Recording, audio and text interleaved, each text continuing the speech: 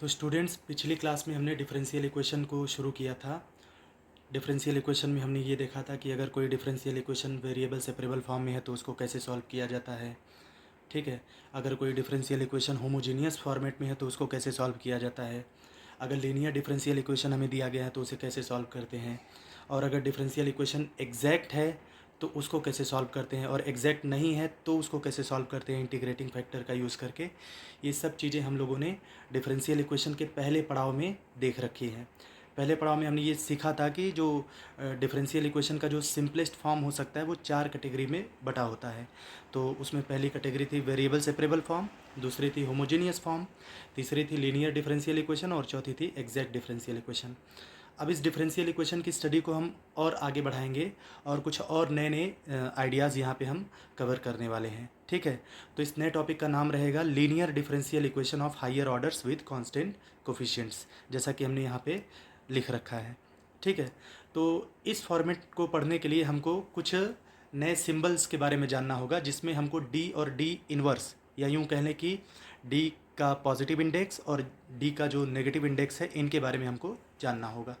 तो जैसा कि हम बहुत पहले से मतलब पिछली क्लासेस में हम लोग पढ़ के आए हैं कि जैसे अगर हम लिखते हैं डी वाई डी एक्स, ठीक है, या मान लीजिए D two Y D X two, या फिर D three Y D X three, ठीक है। इस तरीके के अगर हम डेरिवेटिव्स लिखते हैं तो इनको अब से हम एक नया सिंबल देंगे। हम बस ऐसा मान के चलेंगे कि अगर कहीं पे आपको डी डी एक्स दिखे तो उसको डी समझना है। अगर आपको कहीं D two D X two दिखे तो इसको आपको डी टू, या यूँ कह लीजिए कि डी स्क्वायर समझना है। अगर कहीं पे आपको D three D X three दिख रहा है तो आपको इसको डी क्यूब समझना है। तो अगर इन नोटेशंस का यूज़ करें तो जो ऊपर वाली चीज़ें दी गई हैं इनको हम एक नए अंदाज में ऐसे लिख सकते हैं। ये हो जाएगा डी वाई, ये हो जाएगा डी टू वाई, और ये हो जाएगा D three Y, and so on. ठीक है। तो ये पहला हमारे पास जो है सिनेरियो देखने को मिलता है। इसमें हमको ये जो सिंबल डी है इसका यूज़ करके हमको आगे बढ़ना है। ठीक है। ऐसे ही बात कर लेते हैं नेगेटिव इंडेक्स की। ठीक है। तो बस आप इतना याद रखेंगे कि अगर डी लिखा है या डी स्क्वायर लिखा है या डी थ्री लिखा है, इन शॉर्ट डी की अगर पॉजिटिव इंडेक्स है तो उसका मतलब डिफरेंशिएशन समझा जाएगा। ठीक है। हम यहाँ लिख दे रहे हैं पॉजिटिव इंडिसेज ऑफ डी। इसका मतलब क्या समझा जाएगा? इसका मतलब समझा जाएगा डिफरेंशिएशन। ठीक है। अगर नेगेटिव इंडेक्स है, जैसे हमने लिख दिया डी इनवर्स, तो डी इनवर्स को तो हम 1/d भी समझ सकते हैं। तो इस डी इनवर्स को इंटीग्रेशन समझा जाएगा। ठीक है। अगर हमने लिख दिया d की पावर -2 तो इसका मतलब हो गया 1/d²। ठीक है। इसी तरीके से अगर d की पावर -3 लिख दिया तो इसका मतलब हो गया 1/d³। ठीक है। अब समझ लेते हैं कि इसका मतलब क्या है। d इनवर्स जो है, यानी कि जो आपका 1/d है, ये आपका इंटीग्रेशन ऑपरेटर के इक्विवेलेंट होगा। ठीक है। अगर डी इनवर्स का स्क्वायर कर लें, यानी कि डी पावर -2 कर लें, जिसको कि 1/d² बोला जा रहा है, तो ये आपका इक्विवेलेंट होगा 2 बार इंटीग्रेशन के। इसी तरीके से अगर डी की नेगेटिव पावर 3 दी गई है तो ये आपका इक्विवेलेंट होगा 3 बार इंटीग्रेशन से। ठीक है। हम लोग कुछ एग्जाम्पल से समझेंगे, आगे बढ़ेंगे। तो कुछ एग्जाम्पल हम लोग यहाँ पे देखने वाले हैं। जैसे मान लीजिए आपके पास लिखा गया है d2 of 3x² plus 2x plus 6। तो इसका मतलब है कि ये जो 3x² प्लस 2x प्लस 6 लिखा गया है, आपको इसको 2 बार डिफ्रेंशिएट करना है। तो एक बार करते तो कितना आता 6x प्लस 2, और दूसरी बार करेंगे तो कितना आ जाएगा 6। ठीक है। एक और एग्जाम्पल देखते हैं। जैसे मान लीजिए लिखा है d3 ऑफ x⁴। तो d3 ऑफ x⁴ का मतलब है x⁴ का 3 बार डिफ्रेंशिएशन। तो एक बार करेंगे तो 4x³, दोबारा करेंगे तो 12x², और तीसरी बार करने जाएंगे तो 24x। तो इसका आंसर आ जाएगा 24x। ठीक है। तो ये d के लिए हमने समझ लिया। ठीक है। अब अगर d इनवर्स की बात की जाए तो जैसे मान लीजिए हमने लिखा है 1/d ऑफ x। ठीक है। तो इसका सीधा मतलब है, आपको समझना है कि जो 1/d है वो क्या है, वो एक बार इंटीग्रेशन है, ठीक है। तो 1/d ऑफ x का मतलब हो गया सीधा सीधा इंटीग्रेशन x dx, और इसकी वैल्यू क्या आ जाएगी, x² अपॉन 2, ठीक है। इसी तरीके से मान लीजिए लिखा है 1/d³ लिखा है और यहाँ पे लिखा है sin x, तो इसका मतलब हो गया कि sin x को आपको 3 बार इंटीग्रेट करना है x के रेस्पेक्ट में। तो एक बार करेंगे sin x को तो कितना आएगा, माइनस कॉस एक्स, दोबारा करेंगे तो फिर से माइनस साइन एक्स, और फिर से तीसरी बार कर देंगे तो आपका आ जाएगा कॉस एक्स, ठीक है। तो इस तरीके से हम लोग इन चीज़ों को समझते हैं, ठीक है। तो ये एक बेसिक आइडिया है हमारे पास, जिसमें हम ये समझ रहे हैं कि पॉजिटिव और नेगेटिव इंडेक्स जो हैं डी के वो क्या रिप्रेजेंट करते हैं। तो जैसे हमने ये लिखा था कि पॉजिटिव इंडिसेस ऑफ डी जो है वो डिफरेंशिएशन के एनालॉगस होता है, वैसे हम यहाँ पे एक और चीज़ लिख दे रहे हैं कि negative indices of D stands for integration, ठीक है। तो ये तो एक बेसिक हमारे पास नॉलेज हो गई। अब इस नॉलेज के बेसिस पे हम लोग जो टॉपिक पढ़ने वाले हैं, linear differential equation of higher orders with constant coefficients, ठीक है। तो इस चीज़ को हम लोग आगे इसका जो सॉल्यूशन होगा वो इसी डी और डी इनवर्स के नोटेशन के हिसाब से इसका यूज़ करके हम लोग इसको समझेंगे, ठीक है। तो आगे बढ़ते हैं और देखते हैं कि linear differential equation of higher orders जो है, जो कि कांस्टेंट कोफिशिएंट के साथ हमको पढ़ना है, उसका जनरल स्ट्रक्चर कैसा होता है, उसका फॉर्मेट कैसा होता है, ठीक है। तो स्टूडेंट्स अब बात करते हैं कि जो जनरल फॉर्म है linear differential equation constant coefficient के साथ जो आता है, ठीक है, तो उसका जनरल फॉर्मेट क्या है। तो ये आपका कुछ इस तरीके का होता है, an dny dxn, ठीक है, यानी कि D dxn of y plus an-1 dn-1 dxn-1 of y, ठीक है, प्लस an-2 dn-2 फिर dxn-2 of y plus dot dot dot dot plus a2 d2y dx2 plus a1 dy by dx plus a0 y बराबर capital x। यहाँ पे ये जो capital x है इसके बारे में हम बता दें, यहाँ पे हम लिख दे रहे हैं, ठीक है। Capital x is a function of x, function of x, small x, ठीक है। यहाँ पे ये जो कैपिटल x है वो क्या है, x के किसी फंक्शन को रिप्रेजेंट करेगा। यानी कि हो सकता है कि डिफरेंशियल इक्वेशन में आपको कैपिटल x की जगह पे साइन x दिख जाए, e⁻2x दिख जाए, log x दिख जाए, cos स्क्वायर x दिख जाए। तो इस तरीके के जो x के फंक्शंस होंगे उन्हीं को यहाँ पे हम जनरल फॉर्म में कैपिटल x से रिप्रेजेंट किए हैं। तो स्टूडेंट्स ये हमारा general form linear differential equation with constant coefficient का, ठीक है। तो अभी जो हमने सिंबल देखा था कि जितनी बार जो डिफरेंशिएशन होता है उसमें जो जैसे डी डी एक्स को हम डी लिख देते हैं, d2 dx2 को डी स्क्वायर लिख देते हैं, ठीक है, d3 dx3 को हम d³ लिख देते हैं। तो अगर वो वाला नोटेशन हम यहाँ पे यूज़ करें तो ये डिफरेंशियल इक्वेशन कुछ ऐसा दिखेगा। इसको हम लिख सकते हैं an, ठीक है, dny प्लस an-1 dn-1y, फिर प्लस an-2 dn-2y, ठीक है, फिर plus dot dot dot plus a2 D square Y plus a1 dy और plus a0 y equals capital x। Capital x यहाँ पे जो है वो x का फंक्शन है, ठीक है। तो इस पूरे चीज़ को हम ऐसे भी लिख सकते हैं an d⁻n plus an-1 d⁻n-1, ठीक है, फिर plus an-2 d⁻n-2 plus dot dot dot a2 D square plus a1 d और प्लस a0, ठीक है, एक ब्रैकेट बना देंगे और y बराबर x। ध्यान दीजिए सब में सारे ही टर्म्स में यहाँ पे y लिखा हुआ था, तो हमने क्या किया कि y को सेपरेटली दाहिने तरफ करके इन सबको ब्रैकेट में ऐसे कवर करके फिर हमने ऐसे लिख दिया, ठीक है। अब अगर आप ध्यान दें तो ये जो चीज़ है, ये जो ब्रैकेट वाली चीज़ है, ये असल में बिल्कुल उसी पैटर्न की लग रही है जैसे हम लोग पॉलिनॉमियल पढ़ते हैं। ठीक है, पॉलिनॉमियल भी ऐसा ही होता है, a n x power n plus A N minus one x power N minus one plus A N minus two x n minus x power N minus two plus dot dot dot A two x square plus A one x plus A zero. ठीक है, तो अगर हम इसको वैसा मान के चलें तो ये हमारे पास डी में एक पॉलिनॉमियल मिल रहा है और इसीलिए इसको बुक्स में फंक्शन ऑफ डी लिख दिया जाता है। ये पूरी चीज़ क्या लिख दी जाती है? Function of D. अब ये जो ब्रैकेट वाली चीज़ है इसको तो हमने फंक्शन ऑफ डी लिख दिया, वाई तो था ही, तो वाई इक्वल्स एक्स। तो ये जो फॉर्मेट हमारे पास आया यही हमारे लिए सबसे ज़्यादा इम्पॉर्टेंट है।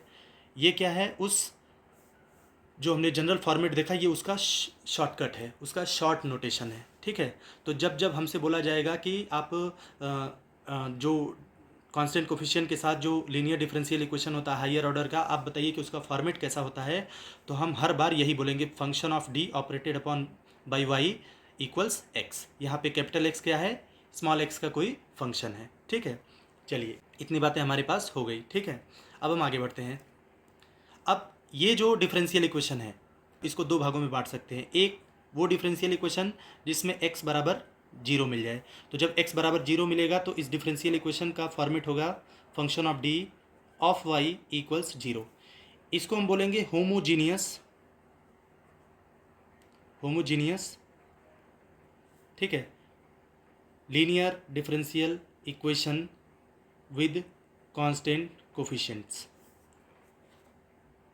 ठीक है, और एक दूसरी कैटेगरी बनेगी अगर x नॉन जीरो है। x नॉन जीरो का मतलब x तो x का कोई फंक्शन है, तो x के जगह पे वो फंक्शन अगर दिया गया हो, जैसे साइन x हो गया, ई पावर x हो गया, लॉग x हो गया, साइन अंडर रूट x हो गया, इस तरीके का फंक्शन अगर दिया गया है, यानी कि x नॉन जीरो है। ठीक है, तो इसका जो पैटर्न मिलेगा वो ऐसा दिखेगा, function of D of y equals x, और इसको हम बोलेंगे नॉन होमोजीनियस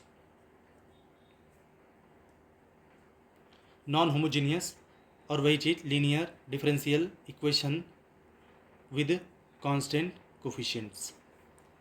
ठीक है, तो हमने ये देखा कि जब भी बात आती है linear differential equation with constant coefficient की, तो उसको हम दो भागों में बांट सकते हैं। उसका जनरल फॉर्मेट तो ये होता है F D Y equals X. अगर इसमें एक्स जीरो हो गया तो ये होमोजीनियस कहलाएगा, एक्स जीरो नहीं है तो ये नॉन होमोजीनियस कहलाएगा। अब यहाँ से बात स्टार्ट होगी इसके सोल्यूशन की। ठीक है, तो इसका जो सोल्यूशन होगा, जो जनरल फॉर्म है ऐसे डिफरेंशियल इक्वेशन का, वो है function of D operated upon by Y equals X. ठीक है, तो इसके सोल्यूशन के लिए हमको सबसे पहले होमोजीनियस जो है, ये जो होमोजीनियस वाला फॉर्मेट है, इसके सोल्यूशन को हमको सबसे पहले पढ़ना पड़ेगा। ठीक है, तो सबसे पहले हम इसी को देखेंगे। तो स्टूडेंट्स, बात करते हैं कि homogeneous linear differential equation with constant coefficients का सोल्यूशन हम किस तरीके से निकालते हैं। तो इसके लिए हमको कुछ बेसिक बातें समझनी पड़ेंगी। जैसे पहली बात, इस तरीके का जो डिफरेंशियल इक्वेशन होगा, ऑब्वियसली उसका जो पैटर्न होगा वो कैसा होगा? Function of D of Y equals zero.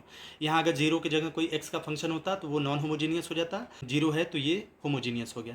तो अभी हमने बताया, जैसा कि ऊपर हमने बात की थी, कि जो फंक्शन ऑफ डी है, ये डी में एक पॉलिनॉमियल है। ठीक है, ये डी में क्या है? एक पॉलिनॉमियल है। तो जब वो पॉलिनॉमियल है, जैसे आप समझिएगा इस बात को, जैसे हमने लिख दिया है एक्स स्क्वायर माइनस 5x और प्लस 6, तो ये x में एक पॉलिनॉमियल है। तो जब भी एक पॉलिनॉमियल होता है, ठीक है, तो जितने डिग्री का पॉलिनॉमियल होता है उसके पास मैक्सिमम उतने रूट्स होते हैं, n डिग्री के पॉलिनॉमियल के पास जो रूट्स की संख्या होगी, जो उसके ज़ीरोज़ की संख्या होगी, वो मैक्सिमम उसकी डिग्री के बराबर होगी, यानी n के बराबर होगी। तो चूंकि ये जो x square minus 5x plus 6 है, ये 2 डिग्री का पॉलिनॉमियल है, तो इसके पास 2 रूट्स होंगे। ठीक है, तो उस रूट्स के बिहाफ पे इसको हम फैक्टराइज कर सकते हैं। इसको ऐसे लिख सकते हैं, x माइनस 2 और x माइनस 3। ठीक है, x माइनस 2 x माइनस 3। अगर ये 2 डिग्री का पॉलिनॉमियल है तो इसके 2 फैक्टर्स आएंगे। ठीक है, तो जो हमारे पास फंक्शन ऑफ डी है, तो जो फंक्शन ऑफ डी है जिसको कि हम डी में एक फंक्शन बोल रहे हैं, तो ये कैसा था? A n D power n plus A N minus one D power N minus one.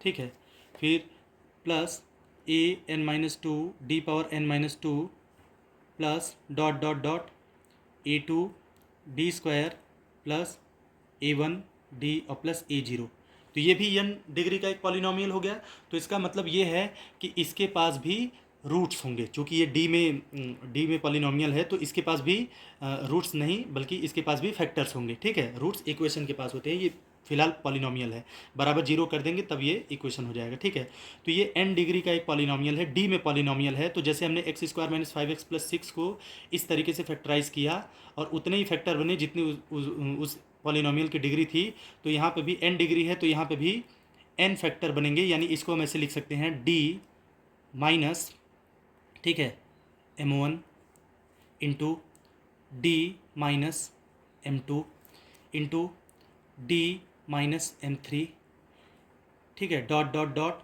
मान लीजिए बीच में कोई रूट आएगा d माइनस mr, ठीक है, फिर dot dot dot D minus mn, ठीक है। ये इसका एक फैक्टराइजेशन हो गया, ये जो n डिग्री का पॉलिनोमियल दिख रहा है ऊपर, ये उसका फैक्टराइजेशन हो गया। ठीक है, तो अब हम इसी के सॉल्यूशन को पढ़ने वाले हैं, इसी के सॉल्यूशन को। तो इस चीज़ को इस हिसाब से हम क्या लिख सकते हैं, d minus m1 into D minus m2 into D minus m3 dot dot dot into बीच में कहीं d माइनस mr आएगा, ठीक है, dot dot dot into D minus mn और टोटल पे y बराबर 0। अब समझिएगा बात को, होमोजीनियस इक्वेशन जो था हमारे पास लीनियर कांस्टेंट कोफिशिएंट वाला, वो ऐसा दिख रहा था, लेकिन हमने फैक्टराइजेशन का सहारा लिया तो इस इक्वेशन का जो फॉर्मेट है हमने ऐसे बना दिया।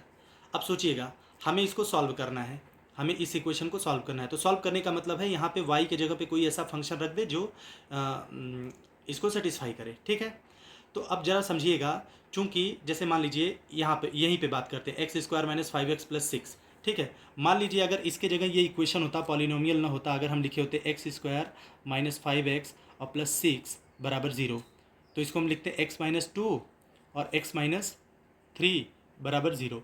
तो हम कहते कि या तो x माइनस 2 0 होगा जिससे x 2 आएगा, या तो x 3 आएगा। तो ऐसे ही अगर इस इक्वेशन का रूट चाहिए, ये जो इक्वेशन लिखा गया इस इक्वेशन का रूट चाहिए, तो इसमें से d माइनस m1 भी 0 हो सकता है, d माइनस m2 भी 0 हो सकता है, इसमें से कोई एक भी अगर 0 हो जाए तो सारा का सारा 0 हो जाएगा, यानी उससे हमारा काम बन जाएगा। तो एक बार हम मान लेते हैं, देखते हैं क्या होता है। हम मान लेते हैं यहाँ पे हमने d माइनस mr इसीलिए लिखा था, हम मान लेते हैं कि ये 0 है। ठीक है, ये 0 होने का मतलब हम कुछ ऐसा कर रहे हैं कि d माइनस mr इंटू, ठीक है, y बराबर 0। ठीक है, आपको एक बात हम बता दें, d minus alpha into D minus beta अगर कहीं पे लिखा गया है तो इसको हम लिख सकते हैं d minus beta into D minus alpha. ठीक है, लेकिन यहाँ शर्त है कि जो ये अल्फ़ा बीटा है ये सब कांस्टेंट होने चाहिए। तो m1 m2 ये सब जो है ये इनको हम कांस्टेंट मान के चल रहे हैं। ये क्यों बता रहे हैं, ये इसीलिए बता रहे हैं कि हमारा इक्वेशन ऐसा लिखा गया है कि d minus m1 d minus m2 और लास्ट में y बराबर 0 लिखे हैं। यानी हम ये कहना चाह रहे हैं कि जैसे अगर d minus alpha into D minus beta और यहाँ पे y लिखा रहता ऐसे, ठीक है, तो हम इसको ये भी लिख सकते थे कि d minus beta of d minus alpha of y, ऐसा भी लिख सकते थे, या फिर ऐसा भी लिख सकते थे कि d minus alpha of d minus beta of y। मतलब ये इस तरीके का फंक्शन ऑफ d जो है, जो ऑपरेटर है, अगर y पे ऑपरेट किया गया है तो इसका मतलब है हम पहले इस पे ऑपरेट कर लें उसके बाद इस पे ऑपरेट करें, या फिर पहले इसी पे ऑपरेट कर लें उसके बाद इस पे ऑपरेट करें, उससे कोई भी फ़र्क नहीं पड़ता। ये चीज़ हम इसलिए बताएं कि यहाँ पे हम समझ सके। तो यहाँ पे भी हम वही करने वाले हैं कि जो हमने d माइनस एम आर लिया था, ये सारे के प्रोडक्ट पे y ऑपरेट, मतलब सारा का जो प्रोडक्ट है ये y पे ऑपरेट किया गया है। तो इसी चीज़ के सारे हम इसको ऐसे लिख सकते हैं, जैसे इसको लिख सकते थे d minus m1 into D minus m2 into D minus m3 dot dot dot into D minus mn।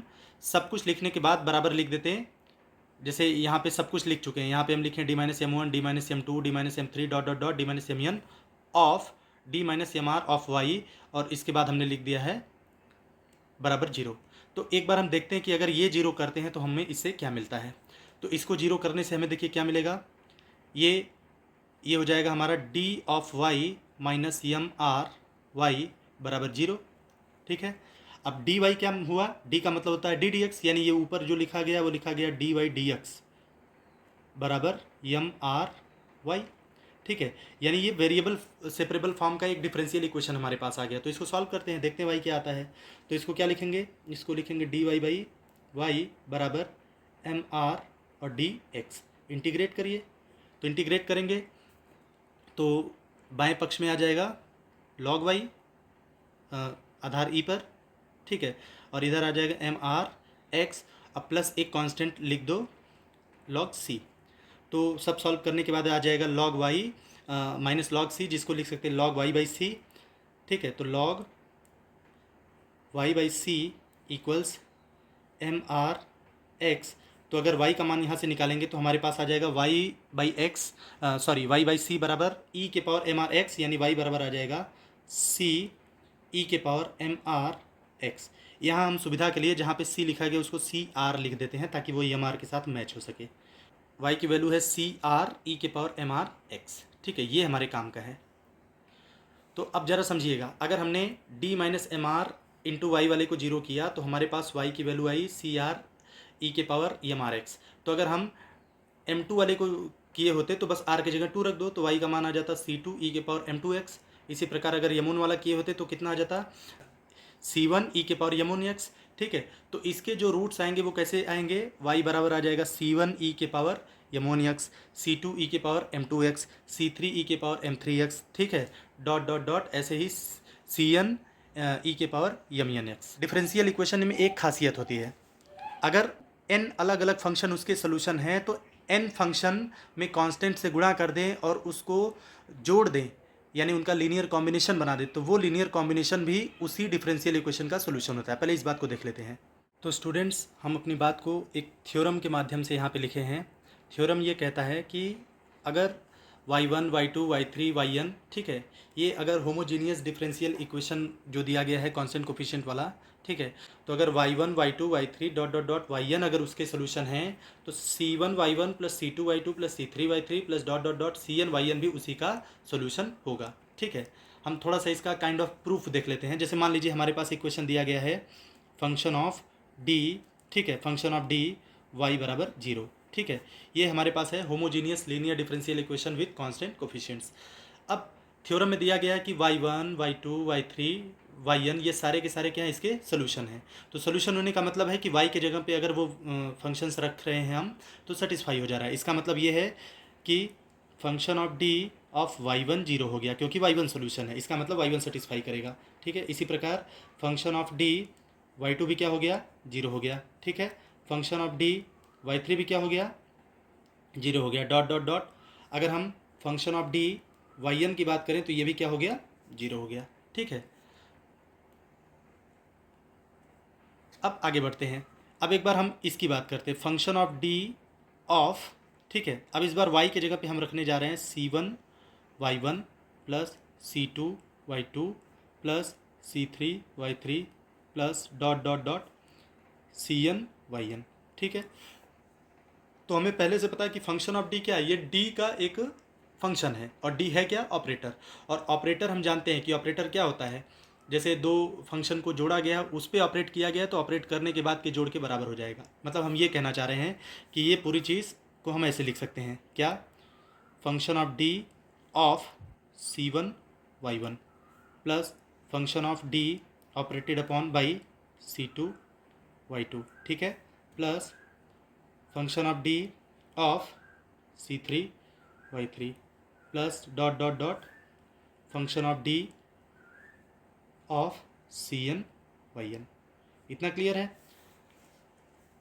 अब इस चीज़ को हम ऐसे लिख सकते हैं बराबर c1 into function of d of y1 plus c2 into function of d of y2 plus c3 into function of d of y3 plus dot dot dot plus cn function of d of yn। अब ऊपर के हिसाब से अगर हम देखें तो function of d y1 भी 0 है, y2 भी 0 है, y3 भी 0 है, ये सब 0 है। तो इसका मतलब हमें मिल रहा है c1 into 0 plus c2 into 0 plus c3 into 0 plus dot dot dot plus C N into zero, यानी टोटल क्या आ गया 0। तो हम देख सकते हैं कि इस चीज़ की जो वैल्यू आई है, इस चीज़ की वैल्यू वो भी क्या आ गई 0। इससे यही पता चल रहा है कि C1y1 plus C2y2 plus C3y3 plus dot dot dot Cn भी क्या है, इसी डिफरेंशियल इक्वेशन का सल्यूशन है। ठीक है, तो अगर ये थ्योरम समझ में आया तो हम अपनी बात को आगे बढ़ाते हैं। तो अब हम वापस अपनी बात पे आते हैं। हमारे पास डिफरेंशियल इक्वेशन था फंक्शन ऑफ डी वाई बराबर 0, जिसको हमने नाम दिया homogeneous linear differential equation of higher order with constant coefficient. ठीक है, हमने बोला था कि जो फंक्शन ऑफ डी है ये डी में एक पॉलिनोमियल है। तो जब पॉलिनोमियल था तो हमने इसको कुछ ऐसा अरेंज किया कि D minus M1 into D minus M2 into D minus M3 फिर into dot dot dot D minus MR, ठीक है, into dot dot dot D minus MN of y बराबर 0। ठीक है, ये बात हमने पीछे इसकी चर्चा की थी। ठीक है, अब इससे हमें ये पता चला कि चूंकि ये n डिग्री का पॉलिनोमियल था, तो n डिग्री के पॉलिनोमियल के n फैक्टर हुए और हर एक फैक्टर से हमारा जो सॉल्यूशन मिल रहा था वो ऐसा दिख रहा था। जैसे अगर पहले फैक्टर को 0 कर दें तो हमें जो पहला सॉल्यूशन यानी y1 मिलेगा वो दिखेगा C1, ठीक है, e के पावर M1 x। इसी प्रकार y2 जो मिलेगा वो मिलेगा C2 e के पावर M2 x। ठीक है, y3 क्या मिलेगा C3 e के पावर M3 x प्लस, और इसी तरीके से डॉट डॉट डॉट हमारे पास yn क्या आ जाएगा, yn आ जाएगा हमारे पास Cn e के पावर Mn x। ठीक है, yn क्या आ जाएगा Cn e के पावर Mn x। तो हम देखिए चीज़ों को सिंपल रखने के लिए हम यहाँ से जो c है c को हटा देते हैं। c को लिखेंगे लेकिन दूसरे तरीके से लिखेंगे। हम ये मान के चलें कि जो y1 है वो e के पावर M1 x हो गया। ठीक है, हम ऐसा कुछ लिख दे रहे हैं कि जो y1 है वो e के पावर M1 x है, जो y2 है वो e के पावर M2 x है। ठीक है, जो y3 है वो e के पावर M3 x है, डॉट डॉट डॉट, यानी कि जो yn है वो e के पावर Mn x है। अब यहीं से हमको चीज़ें समझनी है। ठीक है, तो जैसा कि अभी हमने देखा ऊपर के थ्योरम में हमने अभी बात की कि अगर y1 y2, ठीक है,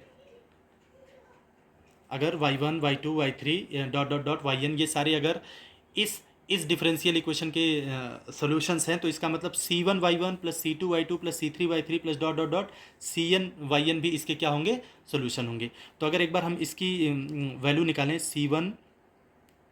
C1y1 plus C2y2 plus C3y3 plus dot dot dot plus Cny, तो आप समझ सकते हैं कि ये किसके बराबर आ जाएगा, ये हो जाएगा C1 e के power M1 x plus C2 e के power M2 x plus C3 e के पावर M3 x अब plus dot dot dot Cn e के पावर Mn x।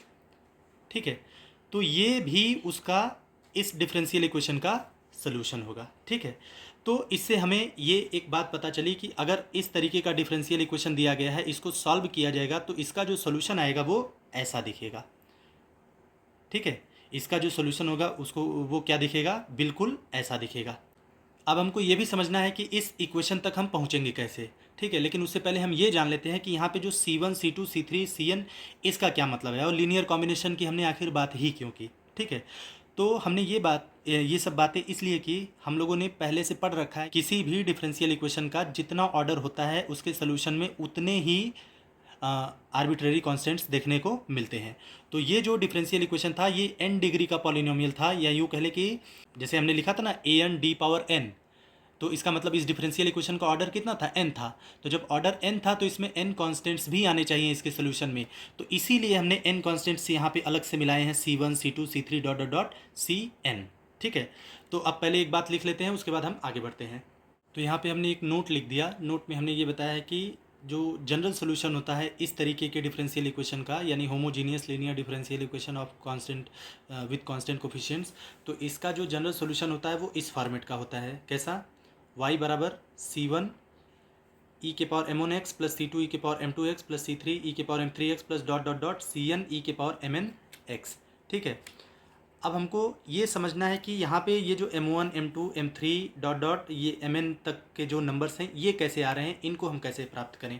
तो इसके लिए हमको समझना होगा कि इस तरीके के डिफरेंशियल इक्वेशन में ऑक्सिलरी इक्वेशन कैसे निकालते हैं। ठीक है, तो अब हम बात करते हैं ऑक्सिलरी इक्वेशन की, और उसी से हम लोग समझेंगे कि यहाँ m1 m2 m3 ये सब क्या है और ये सब कैसे आएंगे। तो स्टूडेंट्स, जैसा कि अभी हमने बात की कि अगर differential equation F D Y equals 0 इस फॉर्मेट में दिया गया है, तो एफ डी चूँकि n डिग्री का पॉलिनोमियल है तो इसके n फैक्टराइजेशन अगर हम करें तो ये ऐसा दिख रहा था d माइनस एम वन, ठीक है, d minus m two, d minus m three और dot dot dot d minus m n of y equals 0। यहाँ तक तो हम बात कर चुके हैं। एक और बात हम समझते हैं। अभी जब हमने सोल्यूशन निकाला तो हमने बोला कि ये जो सोल्यूशन है वो इस तरीके का दिख रहा है, e के पावर m r x जैसा दिख रहा है। ठीक है, और ये आया कैसे था, जो ये वाला फैक्टर था d minus M R Y बराबर 0, तो इसको सॉल्व करने पर हमको एक वेरिएबल सेपरेबल फॉर्म में डिफरेंशियल इक्वेशन मिला था, और उसी का जो सोल्यूशन था वो ऐसा दिख रहा था। हालांकि यहाँ पे सी आर भी था, लेकिन सी तो है कांस्टेंट ही, तो अगर उसको 1 भी रख लें तो क्या फ़र्क पड़ता है। तो इसलिए y बराबर हमारे पास e power m are x आ गया। अब बात करते हैं यहाँ तक हम पहुँचे कैसे, एम आर को लाएँ कैसे, m1 m2 ये सब लाएँ कैसे। ठीक है, तो सबसे पहली बात, यहाँ पे जो फंक्शन ऑफ डी था, ये फंक्शन ऑफ डी था क्या, ये था ए एन डी के power n plus A N minus one d के power N minus one plus A N minus two d के power N minus two plus dot dot dot ए two D square plus ए one d और plus ए zero. ठीक है, तो हमारा जो differential equation था f D Y बराबर 0, ये सीधा सीधा मिल जाएगा a n d N Y plus A N minus one D N minus one Y plus A N minus two D N minus two Y plus dot dot dot A two D square Y, फिर इसके बाद plus ए one D Y plus ए zero Y और बराबर 0। यहाँ तक तो बात clear है। अब इसी के आगे हमको समझना है। तो सबसे पहले ऐसे समझ लें कि यहाँ जो y का मान है वो e के पावर एम आर एक्स जैसा है। e के पावर एम आर एक्स को हम सुविधा के लिए फ़िलहाल e पावर एम एक्स ही रखते हैं। y को क्या रख देते हैं, e पावर एम एक्स। तो अगर इस y को एक बार डिफ्रेंशिएट करेंगे, यानी कि dy समझिए, तो dy यानी वही dy बाई डी एक्स, तो ये कितना हो जाएगा, यम ई के पावर एम एक्स। अगर इसको 2 बार करेंगे यानी d2y निकालेंगे तो ये कितना आएगा, यम स्क्वायर ई के पावर एम एक्स। ठीक है, मान लीजिए d3 अगर हम निकाल रहे हैं d3y, तो ये कितना हो जाएगा, एम क्यूब ई के पावर एम एक्स। तो अगर इसी तरीके से हम डी एन वाई निकालें तो ये कितना होगा, एम के पावर एन ई के पावर एम एक्स। तो अगर ये सारी वैल्यूज़ को यहाँ पे हम रख दें, इस एक्सप्रेशन में उन वैल्यूज़ को रखें, तो हमको क्या मिलेगा, हमको मिलेगा ए एन एम के पावर एन ई के power M X plus A N minus one M के power N minus one E के power M X plus A के पावर एन माइनस मतलब A N minus two M के power N minus two और E के power M X plus dot dot dot, ठीक है, A two M square E के power M X plus ए one M E के power M x और plus ए zero ई के power M x और बराबर 0। ठीक है, तो इसको हम ऐसे लिख सकते हैं, ई के पावर एम एक्स सब में कॉमन है, तो ये हो गया ए एन एम के power n plus A N minus one M के power N minus one plus A N minus two और एम के power N minus two plus dot dot dot ए टू एम स्क्वायर प्लस ए one m और plus A zero of e के power M x बराबर 0। तो अब आप ज़रा देखिएगा कि इस चीज़ में और इस चीज़ में बहुत ज़्यादा फ़र्क नहीं है। इसी में अगर डी के जगह पे यम रख दें तो यही सेम चीज़ आ जाएगा। यानी अगर इस चीज़ में डी को रिप्लेस कर दें यम से तो ये चीज़ मिल जाएगी। तो अगर इतना इंटू इतना बराबर जीरो है तो इसका मतलब, ध्यान देंगे, पहले तो ये समझेंगे कि इसमें डी के जगह पे यम रख दें तो ये चीज़ मिल जाएगा। तो अगर ये फंक्शन ऑफ डी है तो ये क्या हो गया, ये फंक्शन ऑफ एम हो गया। तो फंक्शन ऑफ एम, ठीक है, इंटू ई पावर एम एक्स बराबर जीरो। तो ई पावर एम एक्स तो जीरो हो नहीं सकता, तो इससे मिलेगा फंक्शन ऑफ एम बराबर जीरो। और फंक्शन ऑफ एम बराबर जो जीरो मिल रहा है इसी को हम बोलते हैं ऑक्सिलरी इक्वेशन। इसी को क्या बोलेंगे, ऑक्सिलरी इक्वेशन। इसी को हम बोलेंगे ऑक्सिलरी इक्वेशन। तो प्रोसेस क्या है, प्रोसेस ये है कि अगर हमको डिफरेंशियल इक्वेशन इस फॉर्मेट में दिया गया है, अगर हमको डिफरेंशियल इक्वेशन इस फॉर्मेट में दिया गया है फंक्शन ऑफ डी वाई बराबर जीरो, यानी कि होमोजीनियस लीनियर डिफरेंशियल इक्वेशन है कांस्टेंट कोफिशिएंट के साथ, तो इसका जो सोल्यूशन आएगा उसको सॉल्व करने के लिए सबसे पहले यहाँ जो आपको फंक्शन ऑफ डी दिख रहा है, फंक्शन ऑफ डी जो दिख रहा है उसी में डी की जगह यम रखेंगे और बराबर जीरो कर देंगे। ठीक है, आप चाहें तो डी की जगह बिना यम किए भी कर सकते हैं, हम एग्जांपल से बताएंगे, आपको क्लियर हो जाएगा। तो उससे आपको ऑक्सिलरी इक्वेशन मिलेगा, और ऑक्सिलरी इक्वेशन के जो रूट्स होंगे वही हमारे सॉल्यूशन को दिखाएंगे कि हमारा सॉल्यूशन कैसा होगा। कुछ एग्जांपल हम देखते हैं जिससे हमको बातें समझ में आ जाएंगी। तो स्टूडेंट्स, हमारे पास ये दो एग्जांपल्स हैं, इनको हम देखते हैं कि इनको कैसे सॉल्व करेंगे। तो सबसे पहले बात करते हैं पहले क्वेश्चन की। तो पहले क्वेश्चन में दिया गया है D two Y D X two minus 5 times D Y D X plus 6y बराबर 0। ठीक है, तो सबसे पहले इसको हम जो हमारा जनरल फॉर्मेट है उस फॉर्मेट में कर देते हैं। तो यहाँ d2 है तो इसको हम लिख सकते हैं कितना, d2y माइनस इसको लिख सकते हैं 5dy और प्लस 6y बराबर 0। तो सब में y कॉमन ले लें अगर, तो हमको मिल जाएगा d² minus 5d plus 6 times y बराबर 0। अब अगर आप ध्यान दें तो ये किस फॉर्मेट में आ गया, ये आपका आ गया function of d of y equals 0। अब हमें ये बताने की ज़रूरत नहीं कि ये जो पूरी चीज़ ब्रैकेट में दिख रही है यही हमारी क्या है, फंक्शन ऑफ d है। तो सबसे पहले सॉल्यूशन जो होगा हमारा ऑक्सिलरी इक्वेशन से आएगा। तो सबसे पहले हम ऑक्सिलरी इक्वेशन लिखेंगे, ऑक्सिलरी इक्वेशन। तो ऑक्सिलरी इक्वेशन क्या मिलेगा हमको, हमने बताया था कि फंक्शन ऑफ m को जीरो करना है या फंक्शन ऑफ d को ही क्या कर देना है, जीरो कर देना है। ठीक है, आप चाहें तो d की जगह यम रख सकते हैं। ठीक है, तो d की जगह यम रखें तो हमको क्या मिलेगा, m² माइनस 5m प्लस 6 बराबर 0। तो यम के दो मान आएंगे, यम बराबर 2 मिलेगा, यम बराबर 3 मिलेगा। ठीक है, तो इसका जो जनरल सॉल्यूशन होगा, हमने बताया था कि जितने ऑर्डर का होगा उतने ऑर्डर का लीनियर कॉम्बिनेशन यहाँ पे बनेगा। यानी y जो होगा इसका जनरल सॉल्यूशन हमने बताया था फार्मूला में कि वो c1 e के पावर m1x और प्लस c2 e के power m2x plus c3 dot dot dot, ये cn तक गया था लेकिन वो n डिग्री के लिए था, यहाँ पे तो 2 ही डिग्री है, तो इसका जो सोल्यूशन होगा वो ऐसा दिखेगा।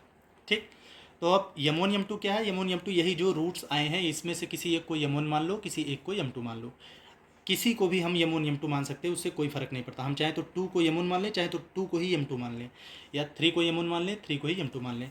तो इस प्रकार जो हमारा सोल्यूशन आएगा, जो जनरल सोल्यूशन आएगा वो y बराबर हो जाएगा c1 e के पावर, ठीक है, 2x और प्लस c3 e के पावर 3x। ये हमारा जनरल सोल्यूशन हो गया। अब जब प्रैक्टिस हो जाती है हमारी तो हम क्या करते हैं कि बार बार यहाँ पे m नहीं लिख करके फंक्शन ऑफ d बराबर 0 से ही काम चला लेते हैं। ठीक है, तो आपको बस इतना याद रखना है, जब जब ऑक्सिलरी इक्वेशन की बात होगी तो ऑक्सिलरी इक्वेशन वही होगा, फंक्शन ऑफ d जो मिल रहा है उसी को क्या कर देंगे, 0। ये सबसे इंपॉर्टेंट बात है, ये आपका होमोजीनियस में भी काम आएगा और नॉन होमोजीनियस में भी काम आएगा। ठीक है, तो हमको क्या करना है, जो दिया गया डिफरेंशियल इक्वेशन है जो इस तरीके से है, function of D of Y बराबर 0, सबसे पहले क्या करना है, फंक्शन ऑफ डी को 0 कर देना है, जिसको हम बोलते हैं ऑक्सिलरी इक्वेशन। तो इससे जो रूट्स आएंगे तो उन्हीं में से किसी एक को m1 मान लेना है, किसी एक को m2 मान लेना है, और इस तरीके से लीनियर कॉम्बिनेशन बना देना है जो हमारा सोल्यूशन होगा। देखते हैं दूसरे क्वेश्चन को। तो सेम पैटर्न में अगर हम दूसरे क्वेश्चन को लिखें तो हम देख सकते हैं जो दूसरा क्वेश्चन दिया गया है इसको हम लिख सकते हैं कितना, d² minus 7d plus 12 times y equals 0। तो सॉल्व करने के लिए क्या करेंगे, सबसे पहले ऑक्सिलरी इक्वेशन लिखेंगे। तो ऑक्सिलरी इक्वेशन क्या है, फंक्शन ऑफ d बराबर 0, फंक्शन ऑफ d जो दिख रहा है उसी को 0 कर दीजिए, यानी कि डी स्क्वायर माइनस 7d और प्लस 12 इक्वल्स 0। तो यहाँ से d का 2 मान आएगा 3 और 4। ठीक है, तो जब 3 और 4 आ गया तो बस जो जनरल सोल्यूशन होगा हमारे दिए गए इक्वेशन का वो क्या हो जाएगा, y बराबर c1 e के power 3x plus c2 e के पावर 4x। यही हमारा इसका सोल्यूशन है। ठीक है, एक बात और हम आपको बता दें, यहाँ पे जो ये सोल्यूशन आ रहा है, इस सोल्यूशन को हम ऐसे भी लिखते हैं, ये जो दाहिना वाला पार्ट है, ये जो दाहिना वाला पार्ट है, इसको हम बोलते हैं कॉम्प्लीमेंट्री फंक्शन। इस चीज़ को क्या बोलते हैं, ये जो दाहिना वाला पार्ट है यानी एक्सपोनेंशियल वाला, इसको हम बोलते हैं कॉम्प्लीमेंट्री फंक्शन। Complementary function. ठीक है, शॉर्ट में इसको हम बोलते हैं CF। तो आप ऐसे याद रख सकते हैं कि अगर डिफरेंशियल इक्वेशन इस टाइप का हो, अगर डिफरेंशियल इक्वेशन है function of d of y बराबर 0, तो इसका जो जनरल सोल्यूशन होगा वो जनरल सोल्यूशन मिलेगा y बराबर CF। y बराबर CF। अब CF जो होता है ऑक्सिलरी इक्वेशन के रूट्स के आधार पे जो CF होता है, यानी कि जो कॉम्प्लीमेंट्री फंक्शन होता है, वो अलग अलग हो सकता है। ठीक है, तो बिना किसी डेरिवेशन के हम एक टेबल आपको प्रोवाइड कर देंगे जिसमें ये बताया जाएगा कि किस तरीके का डिफरेंशियल इक्वेशन का मतलब ऑक्सिलरी इक्वेशन के जो रूट्स आ रहे हैं, तो किस रूट्स के लिए किस प्रकार के कॉम्प्लीमेंट्री फंक्शंस हमारे पास बनेंगे। ठीक है, तो स्टूडेंट्स ये हमारे पास एक टेबल बनी हुई है, आप वीडियो को पॉज करके इसका स्क्रीनशॉट ले सकते हैं। ठीक है, तो इसमें पहली बात इस साइड पे लिखा गया है कि ऑक्सिलरी इक्वेशन का रूट का जो नेचर होगा वो कैसा होगा, और इस साइड लिखा गया है कि उस रूट के नेचर के हिसाब से जो कॉम्प्लीमेंट्री फंक्शन बनेगा वो कैसा होगा। ठीक है, यहाँ पे टेबल में थोड़ा सा मिसप्रिंट है, ये चीज़ इस साइड लिखी होनी चाहिए और ये चीज़ इस साइड। खैर हम बात करते हैं कि इसको कैसे समझना है। ठीक है, तो जैसे अगर ऑक्सिलरी इक्वेशन के पास एक रियल रूट है, अगर केवल यम1 अकेला रियल रूट है, ठीक है, तो उसका जो कॉम्प्लीमेंट्री फंक्शन बनेगा वो c1 e के पावर यम1x बनेगा। अगर उसके पास दो रियल रूट है और दोनों अलग अलग हैं, यानी यम1 और यम2 अलग अलग हैं, तब उसका ऑक्सिलरी इक्वेशन ऐसा दिखेगा, c1 e पावर यम1x प्लस c2 e पावर यम2x। अगर उसके पास तीन रियल रूट है लेकिन तीनों अलग अलग हैं, तब उसके पास c1 e पावर यम1x प्लस c2 e पावर यम2x प्लस c3 e पावर यम3x, इस तरीके का कॉम्प्लीमेंट्री फंक्शन बनेगा। अब बात कर लेते हैं कि अगर रूट्स इक्वल होने लगे तब, तो जैसे मान लीजिए नाम तो है कि दो रियल रूट हैं लेकिन दोनों इक्वल हैं, यानी पहला भी यम1 है दूसरा भी यम1 है, तब इस केस में जो कॉम्प्लीमेंट्री फंक्शन बनेगा वो c1 प्लस c2x इंटू ई पावर यम1x हो जाएगा।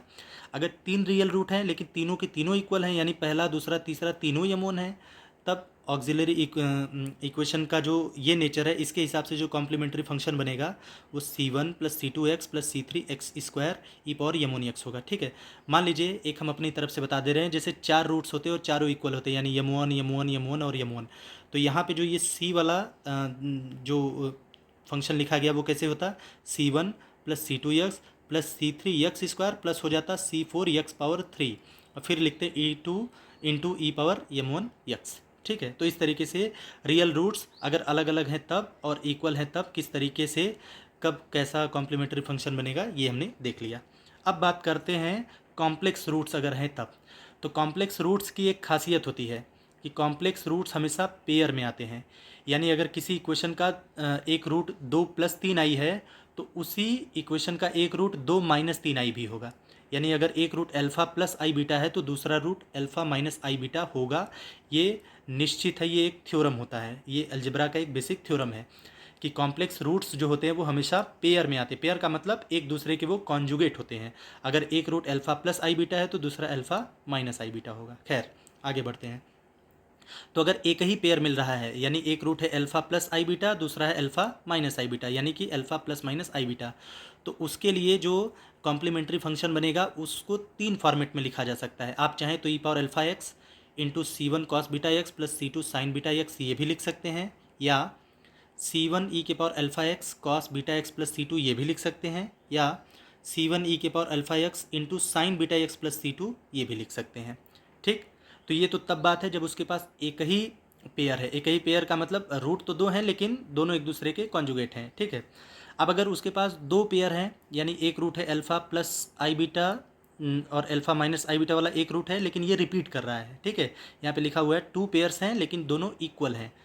तो इस केस में बस आपको यही याद रखना है, जो ऊपर जैसे हमने किया था कि जितने रूट्स इक्वल होने लगेंगे उतने सी का लीनियर कॉम्बिनेशन बनने लगेगा। जैसे 2 हो रहे थे तो C1 प्लस C2 एक्स हो रहा था, 3 इक्वल हो रहे थे तो C1 plus C2 x plus C3 x square हो रहा था, 4 होते तो C1 plus C2 x plus C3 x square plus C4 x cube हो जाता। इसी तरीके से यहाँ दो कॉम्प्लेक्स रूट्स का पेयर मिल रहा है, दोनों इक्वल हैं, तब कॉम्प्लीमेंट्री फंक्शन होगा e power alpha x C1 plus C2 x cos beta x और plus C3 plus C4 x into sine beta X. ठीक, अब यहाँ पे दिया गया one pair of surd roots.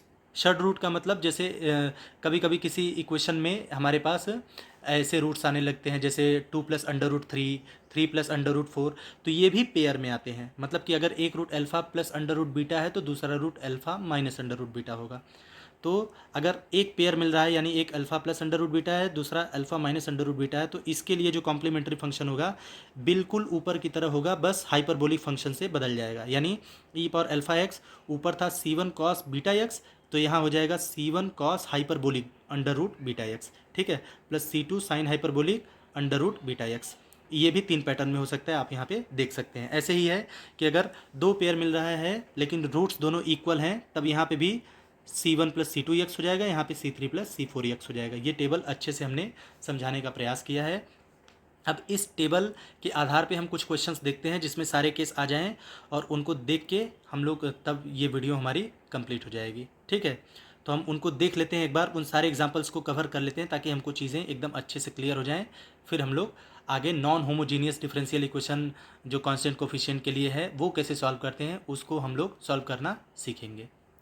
तो स्टूडेंट्स, जो अभी हमने टेबल बनाई थी उस टेबल के आधार पे कुछ हम और क्वेश्चंस को देखने जा रहे हैं ताकि हम ज़्यादा से ज़्यादा क्वेश्चन को आसानी से कर पाएँ। ठीक है, तो जैसे ये क्वेश्चन हमें दिया गया है D⁴ minus 81 operated upon by Y बराबर 0। ठीक है, हमको इसको सॉल्व करना है। ठीक है, तो सबसे पहले हम लोग लिखेंगे ऑक्सिलरी इक्वेशन। तो ऑक्सिलरी इक्वेशन क्या बना, D⁴ माइनस 81 इक्वल्स 0।